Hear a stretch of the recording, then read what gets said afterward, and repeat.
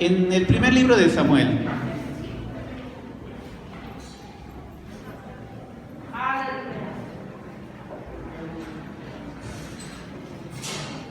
En el primer libro de Samuel, en el capítulo 3.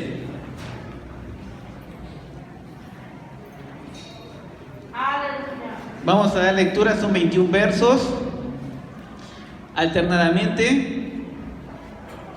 Si ya lo tiene, usted puede glorificar el nombre del Señor, hermano. Vamos a dar lectura. Dice así la palabra.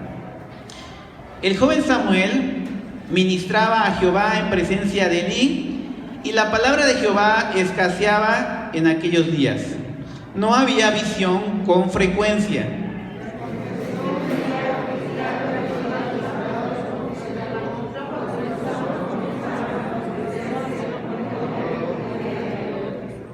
Samuel estaba durmiendo en el templo de Jehová, donde estaba el arca de Dios, y antes que la lámpara de Dios fuese apagada,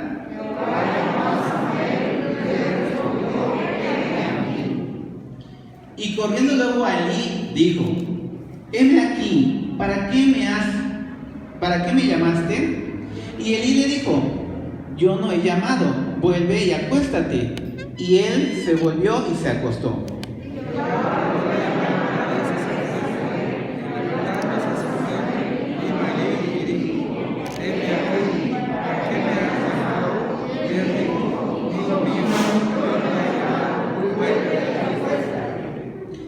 Y Samuel no había conocido aún a Jehová, ni la palabra de Jehová le había sido revelada. Jehová pues llamó la tercera vez a Samuel, y él se levantó y vino a Elí, y dijo: heme aquí, ¿para qué me has llamado? Entonces entendió Elí que Jehová llamaba a Samuel. Y dijo Elí a Samuel: ve y acuéstate, y si te llamare, dirás: habla, Jehová, porque tu siervo oye. Así se fue Samuel y se acostó en su lugar. Vino Jehová y se paró y llamó unas otras veces: Samuel, Samuel. Entonces Samuel dijo: habla, porque tu siervo oye. Y Jehová dijo a Samuel: he aquí, haré yo una cosa en Israel, que a quien la oyere le retiñirán ambos oídos. Aquel día yo cumpliré contra Elí todas las cosas que he hecho sobre su casa, desde el principio hasta el fin. Y le mostraré que yo juzgaré su casa para siempre, por la iniquidad que él sabe, porque sus hijos han blasfemado a Dios y él no los ha estorbado. Por tanto, que yo he jurado a la casa de Elí, que la iniquidad de la casa de Elí no será quitada jamás, ni con sacrificios ni con ofrendas. Y Samuel estuvo acostado hasta la mañana y abrió las puertas de la casa de Jehová, y Samuel temía descubrir la visión a Elí. Llamando pues Elí a Samuel, dijo: Dios, Samuel, y él respondió: heme aquí. Y Elí dijo: ¿qué es la palabra que te habló? Te ruego que no me la encubras. Así te haga Dios y aún te añada, si me encubres palabra de todo lo que habló contigo. Y Samuel se lo manifestó todo, sin encubrirse nada. Entonces él dijo: Jehová es, haga lo que bien te pareciere. Y Samuel creció, y Jehová estaba con él, y no dejó caer a tierra ninguna de sus palabras. Todos juntos. Y todo Israel, desde Dan hasta Berseba, conoció que Samuel era fiel profeta de Jehová. ¿Puede tomar asiento, hermano? Nuestra lección abarca hasta el verso 20, por eso dimos lectura hasta este verso. Continuando con nuestro estudio de escuela dominical, el cual se está basando en el libro de Samuel, hoy nos corresponde ver y analizar lo que sucede en el capítulo 3.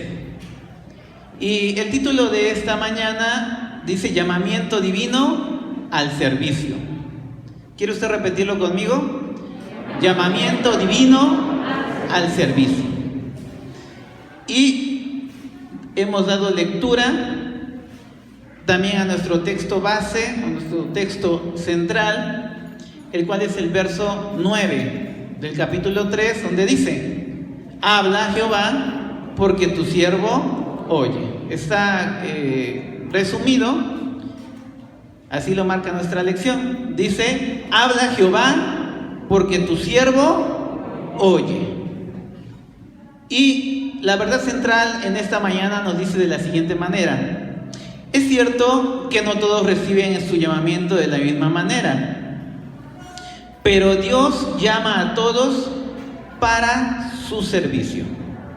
Nosotros estamos muy familiarizados, ¿verdad?, con el servicio en la casa del Señor, por ejemplo, el ministerio del pastorado, la alabanza, pero hay una verdad que está en la palabra que nos dice que todos aquellos que hemos recibido la salvación estamos o hemos sido llamados al servicio. Usted recuerda el pueblo de Israel cuando salió de Egipto. Dios los sacó con un propósito. Eran esclavos de Faraón, pero los libertó para un fin específico. Sí, ellos estaban sufriendo, estaban siendo oprimidos por el enemigo, pero la salvación propia tenía que ver con un propósito más glorioso, y era el de servir a Dios. Por eso es que Moisés le decía a Faraón: deja ir a mi pueblo para que me sirva en Sinaí, en aquel monte donde Dios había manifestado su poder a Moisés. Entonces, hoy vamos a hablar prácticamente de esos dos llamados que Dios hace al hombre. El llamado a la salvación, que tiene que ver con el arrepentimiento, pero también el llamado con el servicio. Si es verdad que la fe sin obras está muerta en sí misma, me atrevo a decir que también la salvación sin el servicio está incompleta. Incompleta no porque le falte algo a la propia salvación, sino porque nosotros estamos fallando en el propósito que Dios ha establecido. Y básicamente en eso se centra nuestra lección, en el llamado. Nosotros a veces estamos, lo digo personalmente, porque pareciera que nos cuesta trabajo o pensamos que el servicio a Dios es algo difícil o es algo que no podemos realizar en nuestras capacidades, o es algo que solamente está destinado a ciertas personas en específico. Pero la verdad es, mi hermano, que cuando uno tiene una relación con Dios, una relación personal, en oración, en lectura de la palabra, Dios pone ese deseo en el corazón. No es algo que se imponga, no es algo que se haga por obligación, sino simplemente brota naturalmente el servir a Dios. Y es que cuando uno está en comunión con Dios, observa uno la necesidad alrededor, y uno no se puede quedar de manos cruzadas. Uno tiene que ir, tiene uno que actuar. Y el servicio de eso se trata, de salir, de ir a la necesidad. Si usted ha visto en alguna ocasión alguna necesidad fuera de la iglesia, dentro de la iglesia, es porque Dios lo está llamando. Es porque Dios lo va a preparar para que cumpla su propósito. Y eso es hacer la voluntad de Dios. Y nuestra introducción nos dice: aunque en tiempos críticos los propósitos de Dios, dice, aún en tiempos críticos los propósitos de Dios se cumplen. ¿Por qué? El tiempo que le tocó vivir a Samuel eran tiempos difíciles. La palabra de Dios nos dice que la época de los jueces fue una etapa de oscuridad, vamos a llamarla así, para la nación de Israel, porque cada quien hacía lo que mejor le parecía. No había temor en el corazón de los hombres. Hacían su propia voluntad antes que obedecer a Dios. Y esto propiamente se veía reflejado en el pueblo, porque si el ministro, el líder espiritual, no obedecía la palabra o la tenía en poco, cuanto más los que estaban subordinados o el pueblo en general, no le daban la importancia. Y era una época difícil. Y el ejemplo lo vemos claro aquí en Elí y sus hijos. Vivían corruptamente, hacían cosas abominables ante los ojos de Dios, y Dios envía su juicio. Pero a pesar de estos tiempos crudos, vamos a llamarlos, dice que Dios dice, porque el llamado para el servicio siempre llega en el momento oportuno. Dios levantaría a un hombre, y sería Samuel, para que trajera un avivamiento a toda la nación de Israel. Samuel se convertiría en el primero de los profetas después de Moisés, porque él sería también el último de los jueces. Dios haría algo maravilloso. El sistema de gobierno que Dios había establecido era la teocracia. Dios gobernaba directamente al pueblo. Pero ahora habría una transición hacia la monarquía, donde Dios establecería propiamente un rey y el profeta transmitiría el mensaje al rey y el rey al pueblo. Entonces, es una época que nosotros vamos a ver más adelante cómo es que todo lo que acontece en Samuel fue con un propósito. Y el propósito fundamental era para que le sirviera como profeta en Israel.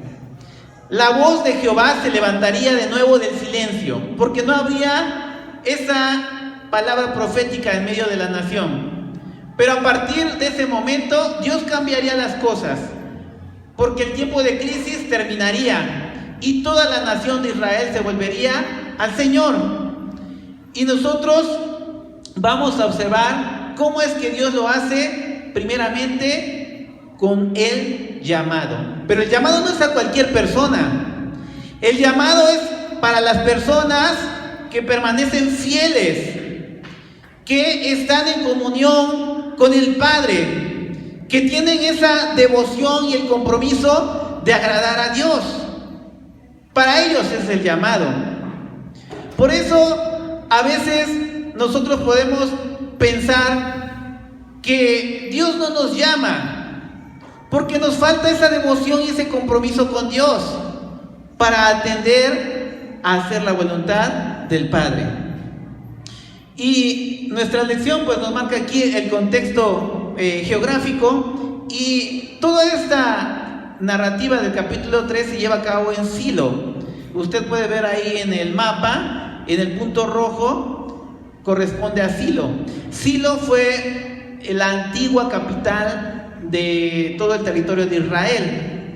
Recuerda usted que cuando venía el pueblo de Egipto, que tardaron ese peregrinar en el desierto muchos años, traían cargando el tabernáculo, ¿sí? Lo armaban, lo desarmaban, y cuando ellos entran a la tierra prometida, se establece el tabernáculo por más de 300 años, ahí precisamente en Silo, y sería la capital de Israel. Posteriormente, el rey David, usted sabe que trasladaría la capital a Jerusalén, marcada con la flecha amarilla, y hay una distancia aproximada de 44 kilómetros, así lo dice nuestro guía. Silo se encontraba en la provincia de Samaria, específicamente ahí en un territorio que se llama Efraín, en las colinas de Efraín, en las montañas. Y vemos aquí una imagen sobre este lugar, donde podemos observar las colinas, algunas de las ruinas de aquella importante ciudad. Ve usted aquí los restos arqueológicos, y pues una vez más la arqueología bíblica da testimonio de que lo que está en la Biblia está respaldado, ¿verdad? Es veraz, no miente, y la arqueología lo puede comprobar. Iniciamos con nuestra lección. Como siempre, nuestra lección está dividida en 3 partes. La primera nos dice que habla acerca de la dedicación al servicio del Señor. La segunda parte nos habla acerca de la atención a la palabra del Señor. Y la tercera parte nos menciona acerca de la obediencia que debemos de manifestar a la palabra. Entonces comenzamos con la dedicación al servicio.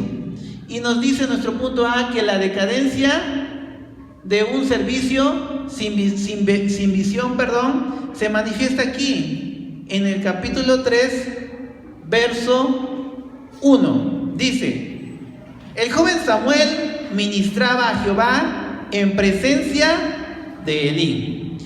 Y ve usted aquí estas palabras, centra su atención en el joven Samuel. Dice el historiador judío Josefo que Samuel tuvo alrededor, se calcula que debe haber tenido entre 12 años, ¿sí? No era un niño tan pequeño. Y a esa edad Dios lo llama para su servicio. ¿Y cuál era el propósito? Adelante dice que la palabra de Jehová escaseaba en aquellos días. No había visión con frecuencia, no había palabra profética, no había hombres con un corazón genuino a hacer la voluntad de Dios. Pero Dios se proveería de un nuevo profeta, un sacerdote, profeta, el cual haría lo que Dios quería, haría su voluntad, y esto sería bendición también para todo el pueblo. Y nos dice que cuando la palabra es menospreciada por los líderes, el pueblo también se vuelve indiferente.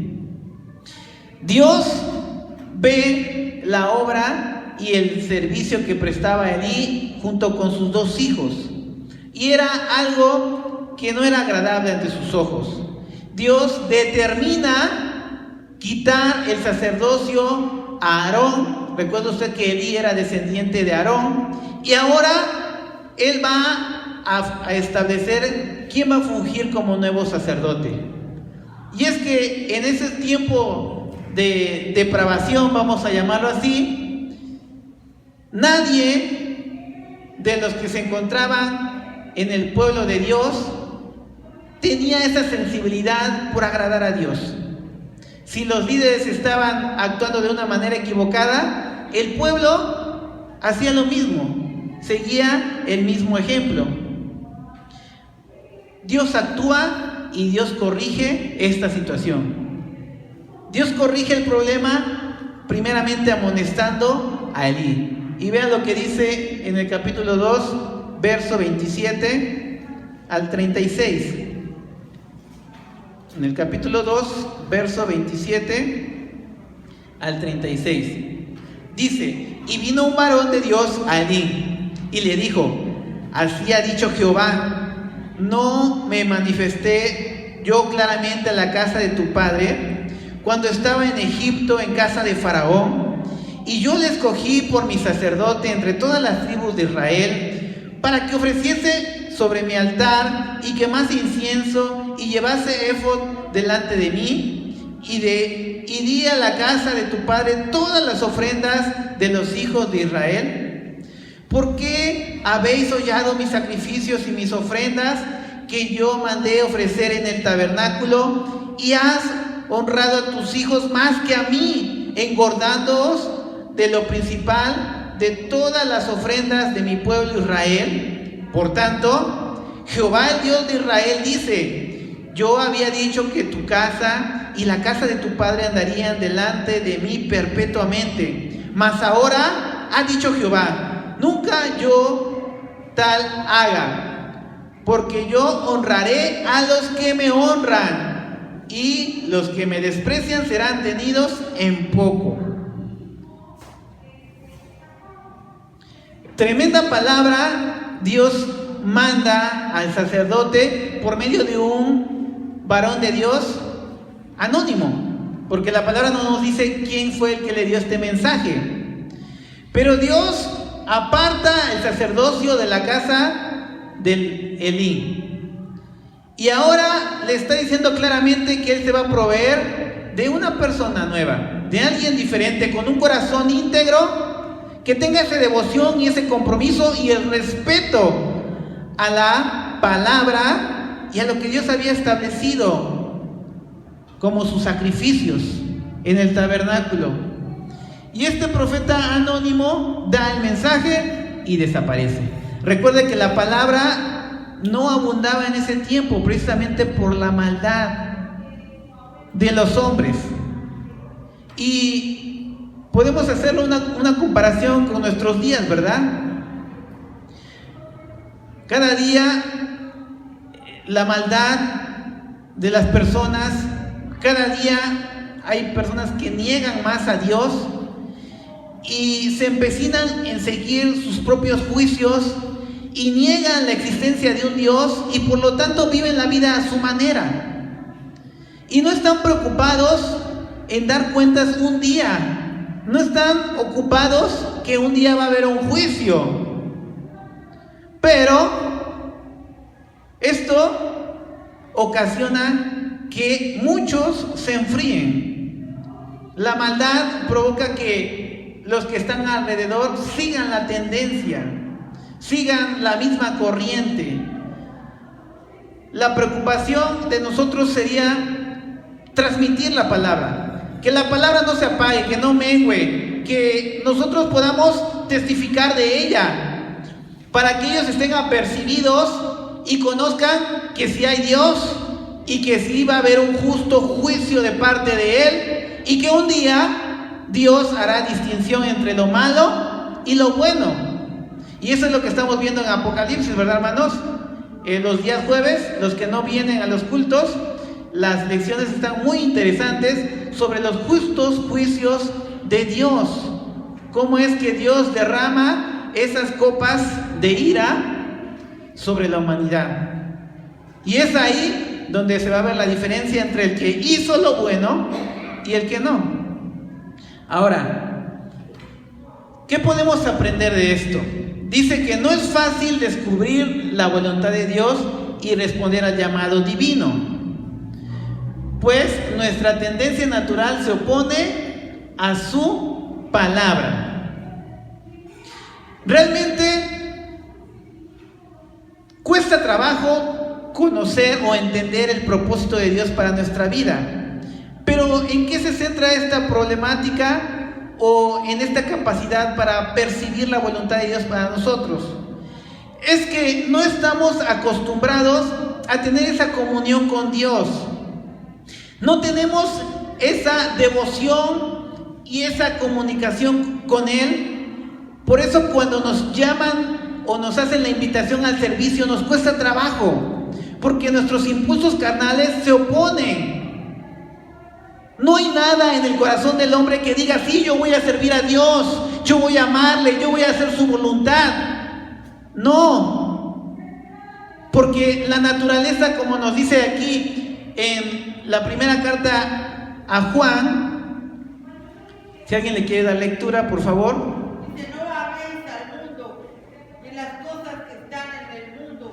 Si alguno ama al mundo, el amor del Padre no está en él.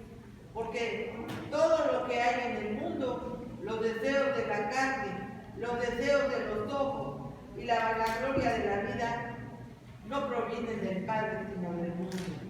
Gracias, hermana. Y dice aquí, no améis al mundo.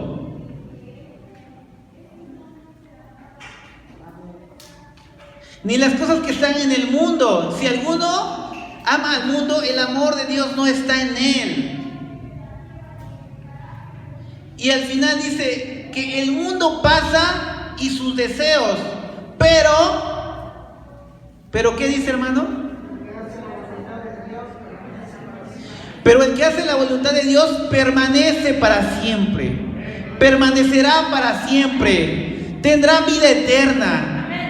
¿Por qué? Porque la palabra es la que permanece para siempre. Así que aquí nos está diciendo claramente que lo que se interpone a hacer la voluntad de Dios es claramente nuestra propia naturaleza pecaminosa. Pero nosotros debemos de entender que los deseos de la carne, los deseos de los ojos, la vanagloria de la vida, ¿qué dice la palabra? No procede del Padre, sino del mundo. Y les pregunto yo, ¿ustedes del mundo? No somos del mundo, estamos en el mundo, pero ¿por qué amamos al mundo? ¿Por qué nos cuesta trabajo con esos deseos carnales, con los deseos de nuestros ojos, con nuestro propio ego?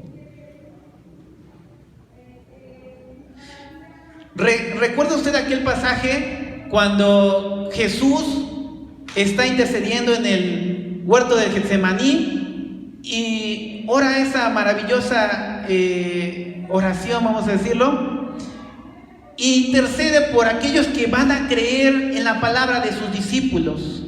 Pero también dice estas palabras muy importantes que dice: Padre, he acabado la obra que tú me diste que hiciera. Cristo vino a este mundo y cumplió con la obra que el Señor mismo le entregó que realizara. Y en ese último día, en esa última noche de vida, Él exclama esta oración: he acabado la obra que tú me diste que hiciera. Y Pablo también lo dice en sus últimas epístolas, en 2 de Timoteo.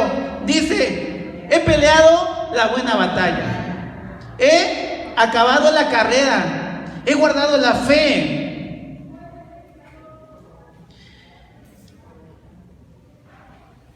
¿Cuántos nos preocupamos porque al final de nuestros días, en las últimas oraciones que le vemos al Padre, podamos expresarlo de esta manera y decir: Señor, he acabado la obra que tú me entregaste en mis manos, he acabado la carrera, he guardado la fe, he peleado esa batalla, me ceñí con la coraza de justicia, utilicé esa espada que tú entregaste en mis manos y triunfé.